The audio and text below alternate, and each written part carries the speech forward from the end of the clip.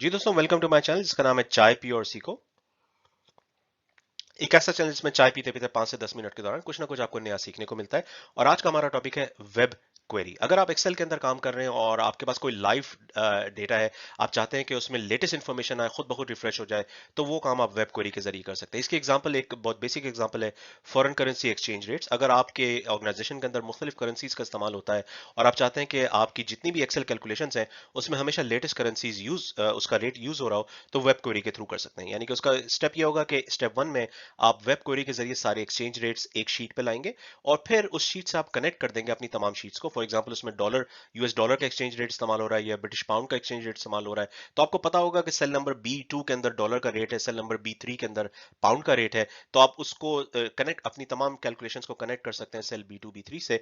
और जब भी आप रिफ्रेश करेंगे तो लेटेस्ट एक्सचेंज रेट जो है वो सेल B2 और B3 में आ जाएगा, और इस तरीके से आपकी जितनी भी शीट्स हैं जो कनेक्टेड है सेल B2 और B3 के साथ, फॉर एग्जांपल, वो सारी अपडेट हो जाएंगी। तो आइए देखते हैं, ये एक बेसिक सी एग्जांपल थी, आइए देखते हैं कि वेब क्वेरी किस तरह इस्तेमाल होती है। आइए दोस्तों, चलते हैं आज के एग्जाम्पल की तरफ। और वेब क्वेरी इस्तेमाल करने के लिए सबसे पहला स्टेप है कि आपके पास कोई ना कोई वेब एड्रेस होना चाहिए जहां से आप इंफॉर्मेशन उठाना चाह रहे हैं। तो फॉर एग्जांपल, फॉरेन एक्सचेंज की अगर बात करें तो XE.com एक बड़ी मशहूर वेबसाइट है जिसमें फॉरेन एक्सचेंज के रेट्स होते हैं। और उसमें मैंने जाके यूएस डॉलर का टेबल देखा है और उसमें आज के रेट्स, फॉर एग्जांपल 16 मई के यहाँ पे सारे रेट्स आ रहे हैं कि यूएस डॉलर से यूएस डॉलर का ऑब्वियसली 1 का रेट है, सेम करेंसी है। यूरो का रेट 0.9 चल रहा है, ब्रिटिश पाउंड का 0.8 चल रहा है, इंडियन रुपी का 75 चल रहा है। तो जो भी रेट्स हैं वो सारे के सारे यहाँ पे डिस्प्ले हो रहे हैं कि एक अमेरिकन डॉलर के अगेंस्ट आपको ये फॉरेन एक्सचेंज में कितने पैसे मिलते हैं। तो हमें यहाँ से सिर्फ और सिर्फ इस लिंक को कॉपी करना, और हमें कोई करने की जरूरत नहीं है। तो यहाँ पे मैंने इस लिंक को कॉपी कर दिया और अब मैं जाऊंगा अपनी एक्सेल शीट के अंदर, और एक्सेल में ये सारे ऑप्शंस आपको डेटा टैब के अंदर नजर आएंगे। डेटा में आप जब जाएंगे तो यहाँ पे एक ऑप्शन है गेट डेटा, और गेट डेटा में बहुत सारे ऑप्शन हैं। यानी कि आप एक्सेल के अंदर इंफॉर्मेशन कई डिफरेंट सोर्सेज से ला सकते हैं। फॉर एग्जाम्पल, आप एक एक्सेल के अंदर इंफॉर्मेशन किसी दूसरी एक्सेल फाइल से भी ला सकते हैं। यहाँ पे एक ऑप्शन है फ्रॉम फाइल, और यहाँ पे आप देखेंगे ऑप्शन है फ्रॉम वर्कबुक।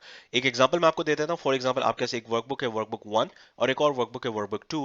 तो वर्कबुक 2 को आप कनेक्ट कर सकते हैं वर्कबुक 1 के साथ इस ऑप्शन को यूज करके।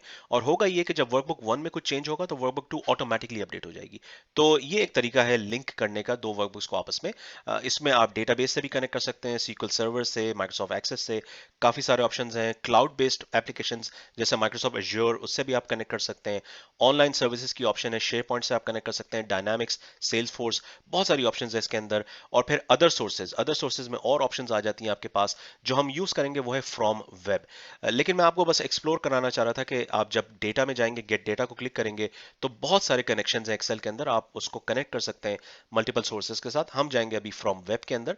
फ्रॉम वेब में वो आपसे पूछेगा कि किस वेब एड्रेस से आप कनेक्शन चाह रहे हैं। तो यहाँ पे मैं वो लिंक कॉपी करूंगा जो मैंने पेस्ट करूंगा, जो मैंने कॉपी किया था। XE.com का लिंक है, क्लिक ओके।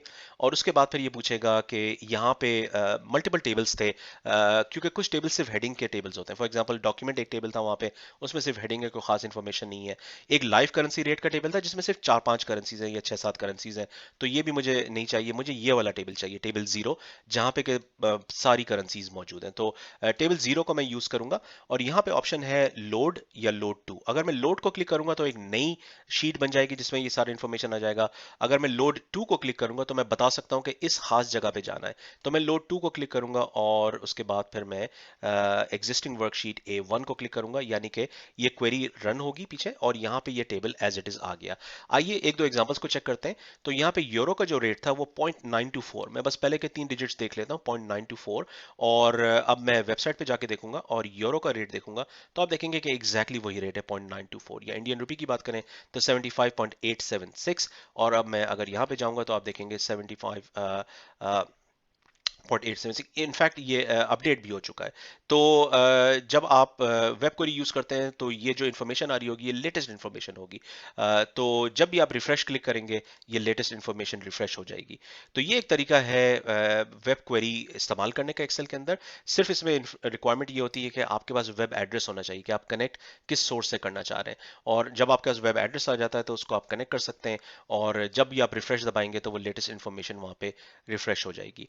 और जैसे मैंने आपको बताया कि जब एक इन्फॉर्मेशन आ गई वो हमेशा उसी सेल में रिफ्रेश होगी। फॉर एग्जांपल अगर मैं कल ये फाइल ओपन करूंगा तो कल का इंडियन रुपी का रेट और कल का यूरो का रेट यहाँ पे आ जाएगा। और क्योंकि आपको पता है कि यूरो का रेट जो है वो सेल नंबर C3 के अंदर है और इंडियन रुपीस का रेट जो है वो सेल नंबर C5 के अंदर है, आप इसको यूज कर सकते हैं। फॉर एग्जांपल मैं यहाँ पे लिख सकता हूँ equals C5 times 100। Let's say आपको अगर $100 का देखना है कि इंडियन रुपीस कितने बनते हैं, तो आप C5 को यूज कर सकते हैं अपने कैलकुलेशन के अंदर। तो ये थी आज की छोटी सी एग्जांपल। उम्मीद है आपको पसंद आई हो।